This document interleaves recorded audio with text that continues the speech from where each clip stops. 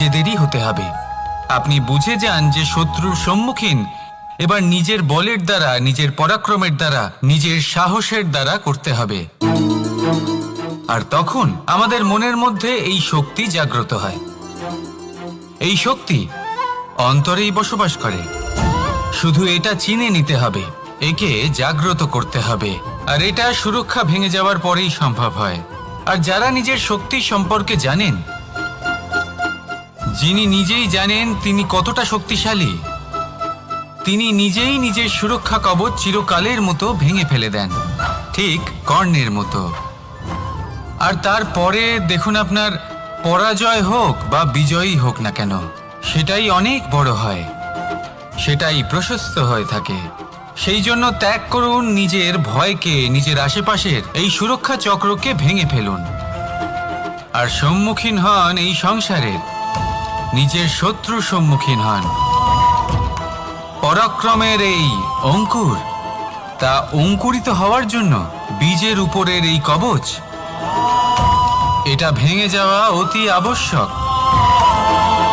আসুন আমার সাথে ভালোবেসে বলুন, রাধা রাধা। যখন আমরা হাঁটতে থাকি আর আমাদের পায়ে কাঁটা বিঁধে যায়, তখন মুখ দিয়ে আহ বেরিয়ে আসে, কান্না চলে আসে, আর অনেক সময় অভিশাপও বেরিয়ে আসে। কিন্তু আমরা কি কখনো এটা এইভাবে দেখেছি, এইভাবে ভেবেছি যে আমরা যে পথে চলেছি সেই পথে কাঁটা বিঁধেছে, নাকি আমরা সেই পথ নির্বাচন করেছি যাতে শুধুই কাঁটা রয়েছে? নাকি আমরা এভাবে ভেবে দেখেছি যে এই কাঁটা আমাদের কষ্ট দিতে এসেছে, নাকি এটা আমরাই বিছিয়ে রেখেছিলাম? সাবধান থাকা উচিত ছিল, কারণ কাঁটা বিঁধলে যন্ত্রণা হবে, চিৎকার করে ফেলতে পারি, মুখ থেকে অভিশাপও বেরিয়ে আসতে পারে। কিন্তু এই অভিশাপ শুধুমাত্র আমাদের তরফ থেকে অভিশাপ হয়, সামনের ব্যক্তিটির ওপরও নির্ভর করে। এবার সেই ব্যক্তি যদি এমন হয় যে ফুল আর কাঁটা এই দুই সমানভাবে গ্রহণ করতে পারে, তার কাছে অভিশাপও বরদানে পরিণত হয়। শেষ পর্যন্ত ব্যাপারটা দাঁড়ায় ভাবনা, চিন্তা, দৃষ্টিভঙ্গির ওপর। কারণ আপনার এই ভাবনাই সত্যি হয়ে সামনে আসে। সেই জন্য এই ভাবনা, চিন্তা, মানসিকতাকে গুরুত্ব সহকারে দেখবেন। এই বিবেচনা নিয়ে বিবেচনা করতে শিখুন। আমার কথার অর্থ হলো যে জীবনে যখন এরকম কিছু একটা ঘটবে, তখন ভেবে দেখুন যে এরকম কেন হলো। আপনি কি এমন কোনো কর্ম করেছিলেন যার কর্মফল এটা? এমন কোনো কাজ যা অনুচিত ছিল, অসত্য ছিল, যা অভদ্রতার কারণ ছিল? ভেবে দেখা প্রয়োজন। দেখুন, ইচ্ছে হলো আপনার যে আপনি কি করতে চান, ভাবনা আপনার, সত্য আপনার, জীবন আপনার, সিদ্ধান্ত আপনার। আসুন আর আমার সাথে ভালোবেসে বলুন, রাধা রাধা। সময়, এই সময় আসলে কি? এই সময় একটা সরল রেখা তো কখনোই নয়।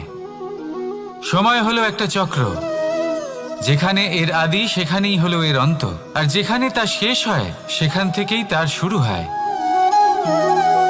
এই সময় একটা অত্যন্ত বিচিত্র চিন্তা, বিচিত্র ভাবনা, একটা বিচিত্র বস্তু যা কেউ বুঝতে পারেন না।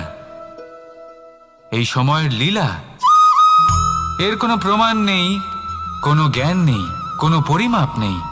শুধু এটুকু আমরা জানতে পারি, যেখানে শেষ হবে সেখান থেকে একটা নতুন সূচনাও হবে। যা আজ আপনার কাছে আছে, কাল অন্য কারোর কাছে যাবে, তারপরে তার কাছ থেকেও অন্য কারোর কাছে যাবে, তারপরে তার থেকেও ছিনিয়ে নেওয়া হবে।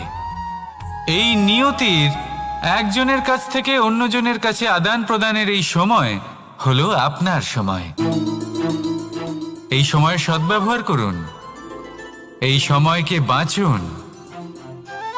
আপনাকে শুধু এটাই সুনিশ্চিত করতে হবে যে আপনি কোন পক্ষে আছেন। আর সত্যি বলতে কি, আপনার জীবনের পরিণাম নির্ভর করে আপনার নির্বাচনের ওপর। আপনি কোন পক্ষ নির্বাচন করছেন। তাহলে মনে রাখবেন, জীবনে সেই পক্ষই নির্বাচন করবেন যা চয়ন করার পরে আপনি সুখ অনুভব করবেন, আপনি সন্তোষ লাভ করবেন, প্রসন্নতা লাভ করবেন। আর আমি এটাই সুনিশ্চিত করব যে এই পক্ষ যেন শান্তির পক্ষ হয়, এই পক্ষই যেন প্রেমের পক্ষ হয়। তাহলে চিন্তা করবেন না, আর আসুন আমার সাথে ভালোবেসে বলুন রাধা রাধা। দৃষ্টি আর দৃষ্টিভঙ্গি, এই সমগ্র লীলা হলো এই দুইয়ের। বিচিত্র হতে পারে, কিন্তু এটাই সত্যি। এবার আপনাকে একটা উদাহরণ দিয়ে বোঝাই। অনেক সময় আপনি কোনো ব্যক্তিকে এটা বলতে শুনবেন যে আমি আমার নিজের উপরে গর্ব করি, আমি নিজেকে নিয়ে গর্ব করি, আমি খুব ভালোভাবে আমার মা বাবার সেবা করি, ওনাদের আমি সবসময় সুখী রাখি, ওনাদের আমি একটা বাড়ি দিয়েছি, সকল সুখ সুবিধা দিয়েছি, ওনাদের জীবনে প্রত্যেক জিনিস দিয়েছি আর দেব যা তাদের প্রয়োজন। এবার আমাকে বলুন যে আপনি কে হন? আপনি হলেন সেই বীজ যা আপনার মাতা পিতা রোপণ করেছেন। আপনার মা বাবাই আপনাকে এই সংসারে জন্ম দিয়েছেন। এবার এইসব কথার কি তাৎপর্য? এই হলো সেই ব্যক্তির দৃষ্টিভঙ্গি। এবার দেখা যাক এই প্রকৃতি আমাদের কি শেখায়। কখনো কোনো গাছকে দেখবেন, যখন সেই গাছে ফল আসে, সে মালিকে এটা বলে না যে দেখো আমি তোমাকে ফল খেতে দিচ্ছি। সেই বৃক্ষ এটা বলে না যে দেখো আমি তোমায় আহার করতে দিচ্ছি, কারণ ও জানে যে এটা হলো সেই মালির পরিশ্রম, এটা হলো তারই কর্মের ফল, আর এটা তারই পাওয়া উচিত। সে বলে যে তোমার জিনিস তোমাকেই অর্পণ করলাম, এ আমার জিনিস নয়। ও জানে সেই মালির গুরুত্ব আসলে কি। এটা হলো তার দৃষ্টিভঙ্গি।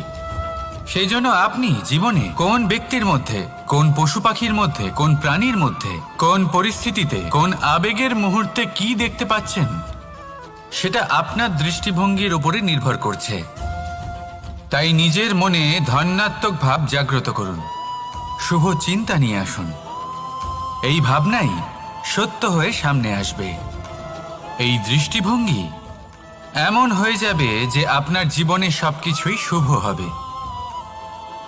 তাহলে আসুন আর আমার সাথে ভালোবেসে বলুন রাধা রাধা। প্রতিশোধ অথবা কাউকে দুঃখ দেওয়ার ভাবনা, যদি এটা আপনার মনে থাকে, তাহলে আপনি নিজের মনেই যন্ত্রণার একটা বিশাল বৃক্ষ রোপণ করছেন, এটা মনে রাখবেন। কারণ কাউকে দুঃখ দেবার এই ভাবনা, এটা হলো সেই বীজ যা আপনার মনেই পতিত হবে, আপনার মনেই অঙ্কুরিত হবে, আর আপনার মনেই একটা বিশাল বৃক্ষরূপে বেড়ে উঠবে। জীবন আপনার, কর্ম আপনার, কাউকে দুঃখ দেবার ভাবনা আপনার ছিল, এই বৃক্ষ হলো আপনার, তাই এর ফলও আপনিই পাবেন, যা গ্রহণও আপনাকেই করতে হবে। মনে রাখবেন, যে মানুষ এটা ভাবে যে আমি ওকে দুঃখ দেব, ওকে কষ্ট দিতে চাই আমি, সেই মানুষই দুঃখ আর কষ্ট পেয়ে থাকে। যদি সেই জায়গায় আপনি এটা ভাবেন যে আমি কাউকে সুখী করে তুলতে চাই, কাউকে সুখ প্রদান করতে চাই, তাহলে তারও বীজ আপনার মনেই রোপণ হবে, বৃক্ষে পরিণত হবে, যার ফলও আপনিই পাবেন। এখানে বিষয়টা হলো শুধু মানসিকতার চিন্তা, যা সত্য হয়ে আপনার সামনে আসে। তাহলে এই মানসিকতা শুভ করুন, সবার জন্য মঙ্গল কামনা করুন। অন্যের মনে আপনার জন্য ভালো চিন্তা থাকুক বা না থাকুক, আপনি সবার জন্য শুভ চিন্তা করে কর্ম করতে থাকুন, তাহলে আপনার সাথেও ভালোই হবে। তাহলে আসুন আর আমার সাথে ভালোবেসে বলুন রাধা রাধা। সুখ আর অভিজ্ঞতা, এই দুই জীবনে একসাথে কখনোই আসে না। মনে রাখবেন, যেখানে সুখ থাকে সেখানে অভিজ্ঞতা থাকে না, আর যখন এই সুখ আমাদের জীবন থেকে দূরে চলে যায়, তখন আমাদের জীবনে আসে এই অভিজ্ঞতা। পরমাত্মা, প্রকৃতি, নিয়তি এই অভিজ্ঞতাকে আমাদের জীবনে পাঠান, যাতে আমরা একটা অত্যন্ত গুরুত্বপূর্ণ শিক্ষা, একটা জ্ঞান প্রাপ্ত করতে পারি। এই অভিজ্ঞতা আমাদের শেখায় যে অতীতে এমন কি হয়েছিল যা আমাদের করা উচিত হয়নি। আমাদের শেখায় ভবিষ্যতে এমন কি আছে যা আমাদের করা উচিত আর কি করা উচিত নয়। দেখতে গেলে এই অভিজ্ঞতা আমাদের সেই শিক্ষা দেয় যার জন্য আমরা সুখের দিকে উচিতভাবে অগ্রসর হতে পারি।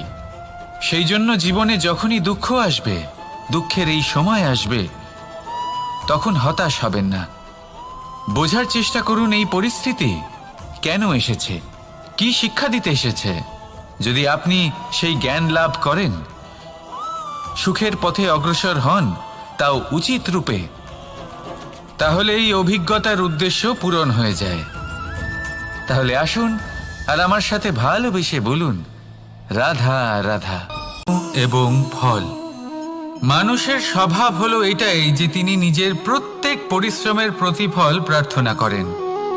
বেশিরভাগ সময় এই ফলাফলের চিন্তা করতে করতে, কল্পনা করতে করতে উনি কর্ম করতে থাকেন যে আমি এই কাজটা করলে এই ফল পাবো। সেই সব কল্পনা করতে থাকেন যা না তার হাতে আছে, না আছে অধিকার, আর না আছে নিয়ন্ত্রণ। উনি শুধু নিজের কর্ম করতে পারেন। উনি কি ফল পাবেন তা তার হাতে কখনোই নেই।